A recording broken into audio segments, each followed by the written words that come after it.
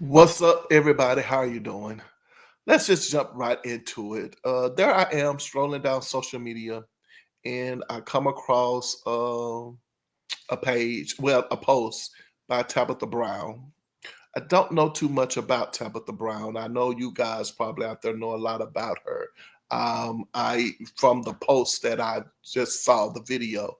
Obviously, she has some products in stores that have decided to use the signing of this executive order by our now president, the DEI um, rollback, and some of these companies rolling back on their initiative regarding diversity. And she made a post about how that is affecting her and pretty much a strategy about how to go about doing so. And I don't know much about, as I said before, Tabitha Brown. This is not a Tabitha Brown post per se, a response to her, but it's more about, I guess, putting my 2 cents in on it, like everybody else is doing.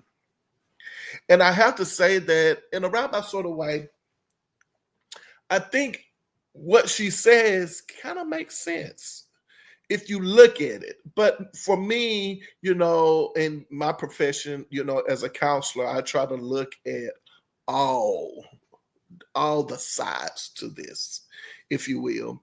And I don't watch when I have an opinion about something. I'm not going to someone else's page, to listen to what they have to say and then make a decision about it. No, I haven't watched any other posts, but I just happened to see her video. And I see now that there are some people other content creators who, have decided to, make a response. So I don't know if their response is going to be similar to mine or not. But what I will say this, I can only imagine some of the responses. I can imagine someone saying, maybe, and this is just what I'm assuming someone would say. Well, Tabitha, that's you. That's you. That's your life. Like, how dare you ask us to support uh, a business, a company that has decided to roll back on their diversity, initiatives, if they in fact had some uh, within their company. How dare you ask us to support a company, even though you are contractually obligated to have your products in this company, right? I can see some other people who are probably not too thrilled with people such as Tabitha, who have made it, so to speak, and are climbing the ladder of success. And some would say, "Oh, you need us now." You acted like you didn't need us in the past. Also, now you need us now. It's kind of like, oh, this is your humble pie, so to speak. I'm just saying, not people saying that. I can see some people probably jumping on the bandwagon with her, basically saying, yes, she's right, so on and so forth. Um,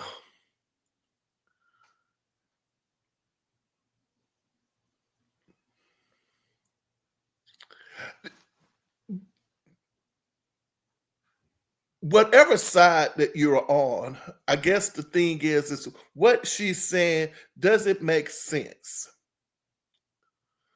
Does it make sense? Should someone such as a Tabitha Brown and all the other minority uh, businessmen and women, should they take this time to let these companies know how important it is for them to be diverse, to have diverse people, to have diverse partners, if you will, such as Tabitha, so on and so forth. these companies, if they do have them, right? And so should they take this stance? Is this the stance they should take? Because it sounds like Tabitha and maybe some other people probably are, and what Tabitha is basically saying to me is that, hey, I understand how you feel, but by not supporting me as a minority business, you're hurting more than you are helping. But then I came across a comic because I usually seldom read comments, but I decided to see, kind of like what people were saying. And there was one person at the bottom of the in the comment section of her post, and it's on her page. The person says, basically, Tabitha, if you put your items on your website, we will buy them. If you sell them from your trunk, we will be standing in line. Thank you. Okay. So there is support there. Okay. Someone else, I think that's not the one I was thinking about, but someone else was saying too, I would buy your product directly from you, but I want to buy them in the stores that you are partnering with who are rolling back, their diversity initiative. So it seems as if, for the most part, she has a solid, people who are basically saying we're going to support you either way, or we'll support you in one way, but not the other way. But at the end of the day, it's going to affect her bottom line if she has another year on her contract with these stores. It's interesting. But one thing that I was thinking about as she was talking, about her situation, and one thing I don't know why this crossed my mind, and maybe some of you guys out there probably never thought about this, and maybe you should start to think about this. I'm talking about people who are partnering with these big companies, I know for in the music industry, because that's why I talk about a lot over here, music. They have in these contracts, sometimes they call it a key man clause, right?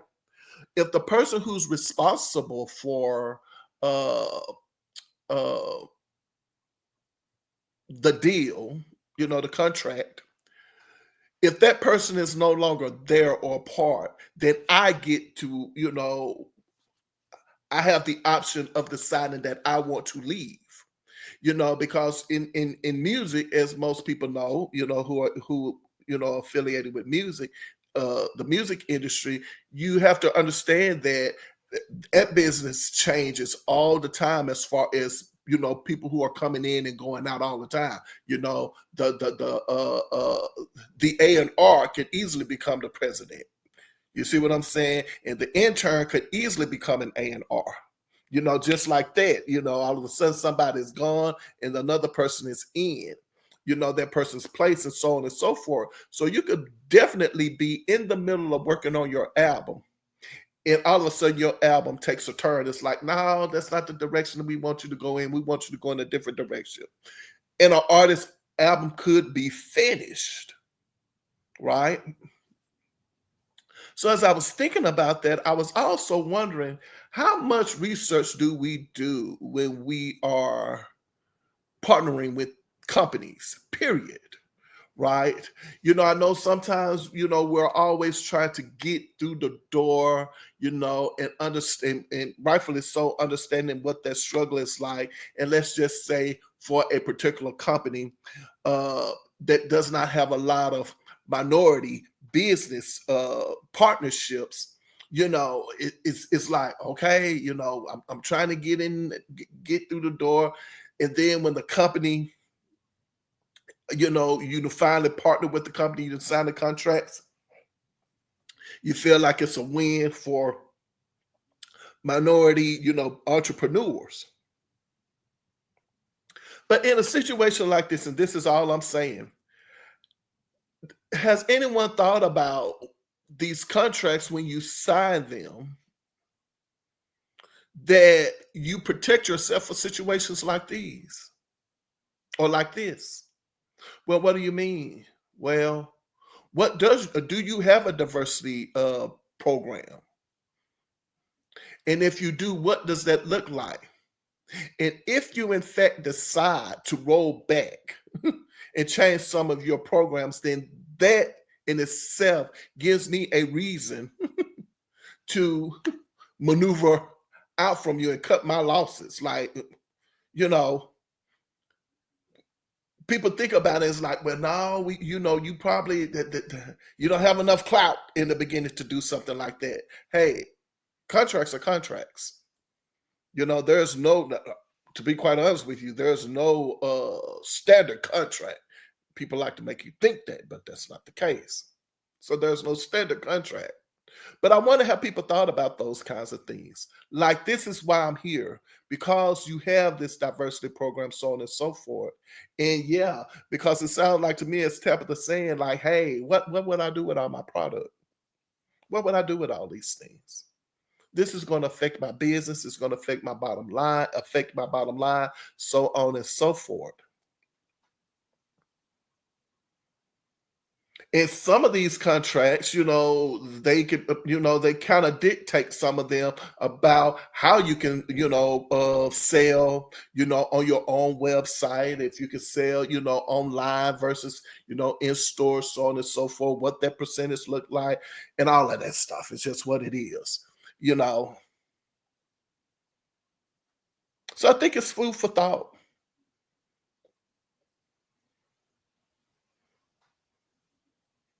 And it will affect a lot of people.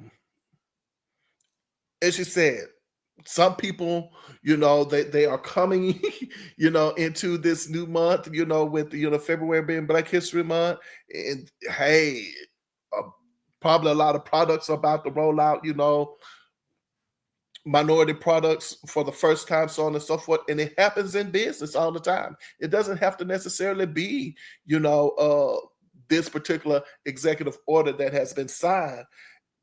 It doesn't necessarily mean, it has to be that. It could be anything, in business. And sometimes those are the risks that you take in business.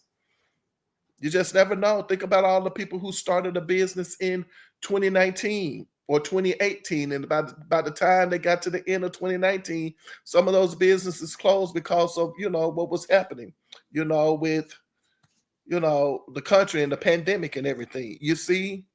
So those things, it's just it happens. Some people have a contingency plan and others don't.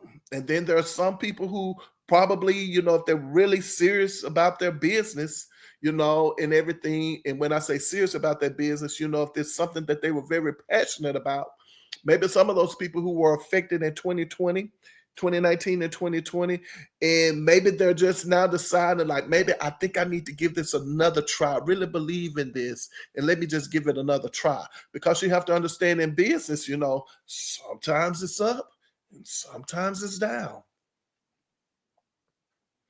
Hmm. I don't know.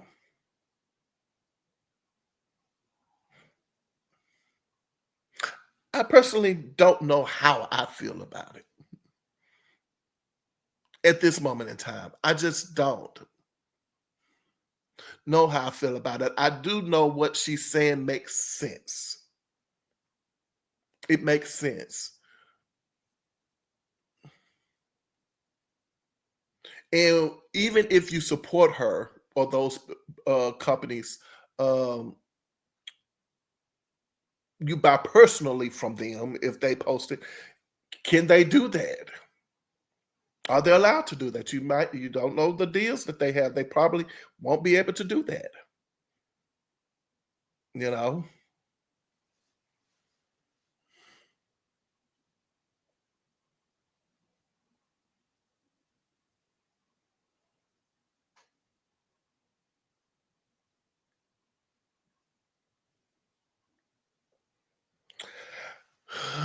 I never thought about that. I don't know, it just crossed my mind about,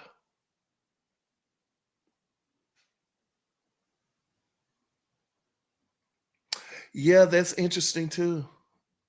Yeah, I'll just say it. I mean, it's just what it is, you know. And I'm only bringing up the Tabitha Brown situation. It's almost too like, well, I know you are speaking up, speaking to your, you know, uh your followers or her followers. She's speaking to the people who purchase her product, so on and so forth. And in my head, I would like to think she said, by supporting me, you will be supporting diversity, letting them know that myself and others like me, we can, we can still be a major contender, because now it goes from not just a minority owned business, but I am a business at that. And I have people who are supporting me. But someone can also argue too, and I'm just saying, this is just me. But these business owners, what are you saying to the people who you are in contract with? What is that conversation? Because someone say, well, you're not, you are telling us, just support me, support us, because we really do need the support. But there are a group of people who are probably also saying, from a verbal standpoint, verbally, but we need to speak out about this and the importance of diversity. And what is your stance with that?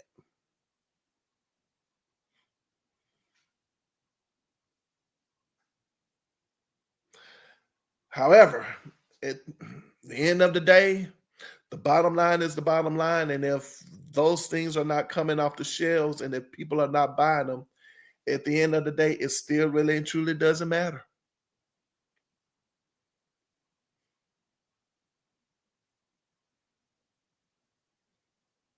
Yeah. It's complex, isn't it? I like to think so. It's complex. It's complex. I would like to think for someone such as a Tabitha Brown and maybe others, and like I said, if I only mention her name, is because I think there's a good possibility that she still could come out ahead, even if she finds herself in a place on a side she doesn't want to be on, and I'm talking about from a financial standpoint. Because if you have your loyal following, so on and so forth, it's just it's a ripple that probably have turned into a wave, and eventually, what you just got to ride that out, and you'll find yourself back where you were and then saw.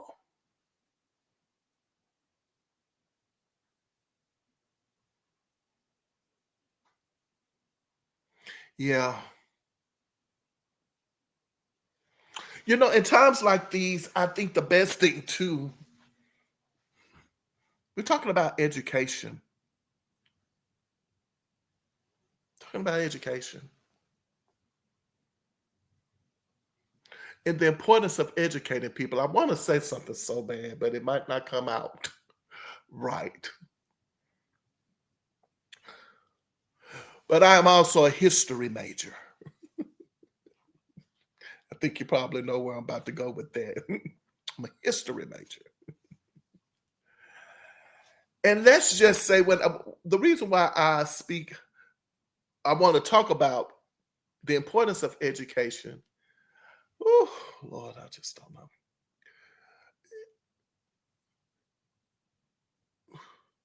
Let's just say education has not always been an important thing. And and those who were educated, you know, and I'm talking about across the board, I'm talking about education across the board. Their views were not the same as others, the non-educated. I hope you know where I'm going with this.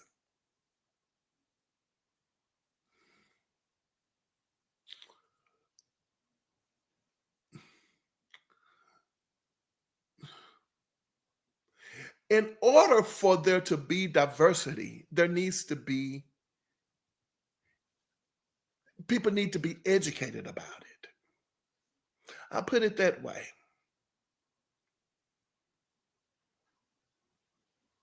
People need to be informed. A lot of people have opinions about things that just doesn't make sense. I think that's a good one. Yeah, I'm gonna take that one. A lot of people, people do really. If you think about it, you're like, huh? Like, yeah, like, are you? What were you thinking? What were? Well, huh? How did you even think that? Just anything, you know what I'm saying? That's why I'm trying to go the importance of education. We have to educate people. That's it. I know that money makes this machine runs, you know? It does. It does. It makes the machine run, just what it is, you know? But there's no way that we could talk about diversity and not talk about how we have to educate. We need to sit down and have those conversations. And at this moment in time, I don't. For me personally, I don't need another panel discussion. I don't need another. What is it? Want to call it a forum or a committee on? You know what I'm saying? Like, let's get together and let's have this platform and sit down, have this town hall meeting. you know, like that's not me personally. Like what I'm thinking about. However, I think people such as Tabitha Brown and all the other people who have found themselves in the midst of this must educate. Like there is no way. And since you can't, and since that key clause probably is not in your contracts, but people probably need to start thinking about that though. Now, listen here. I understand we signed this contract. I'm a minority business owner. You know, when we talk about these policies and these procedures that you could easily change like this, that will affect me and my bottom line.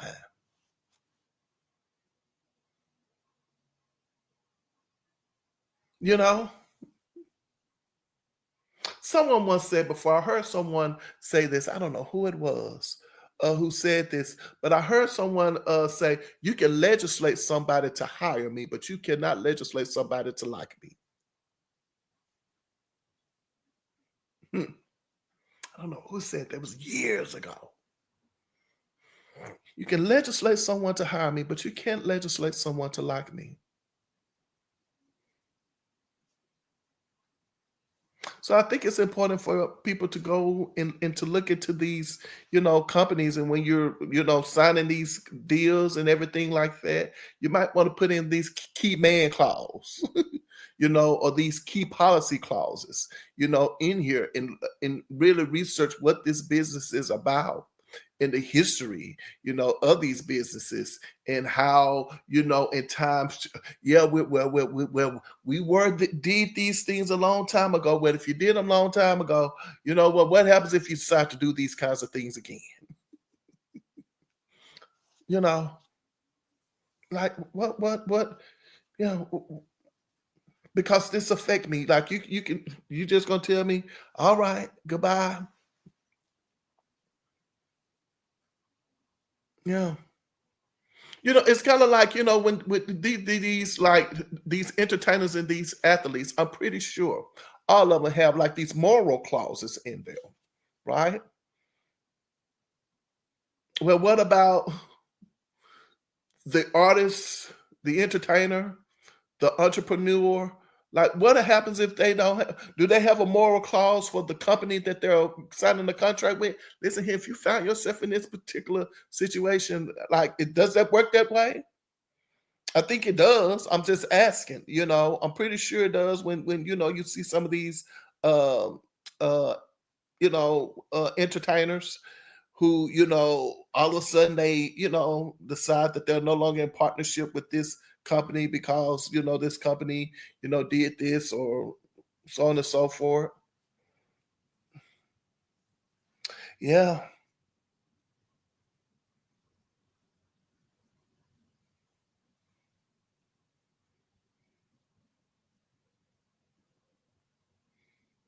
And while I think the bottom line is the bottom line, but I think for people like Tabitha and other people, so on and so forth, you probably have to go to these businesses yourself and say, listen here, I I am worth it. I am valuable.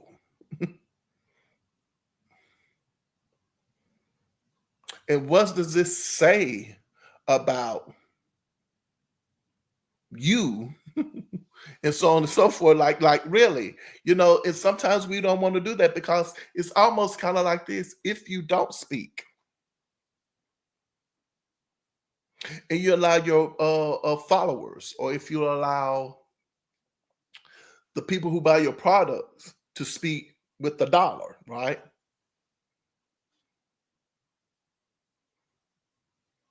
Does that still matter?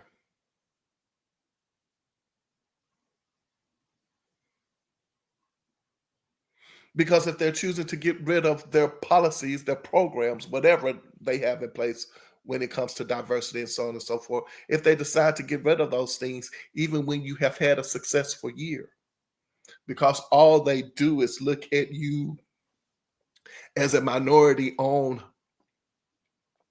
businessman, businesswoman, then what?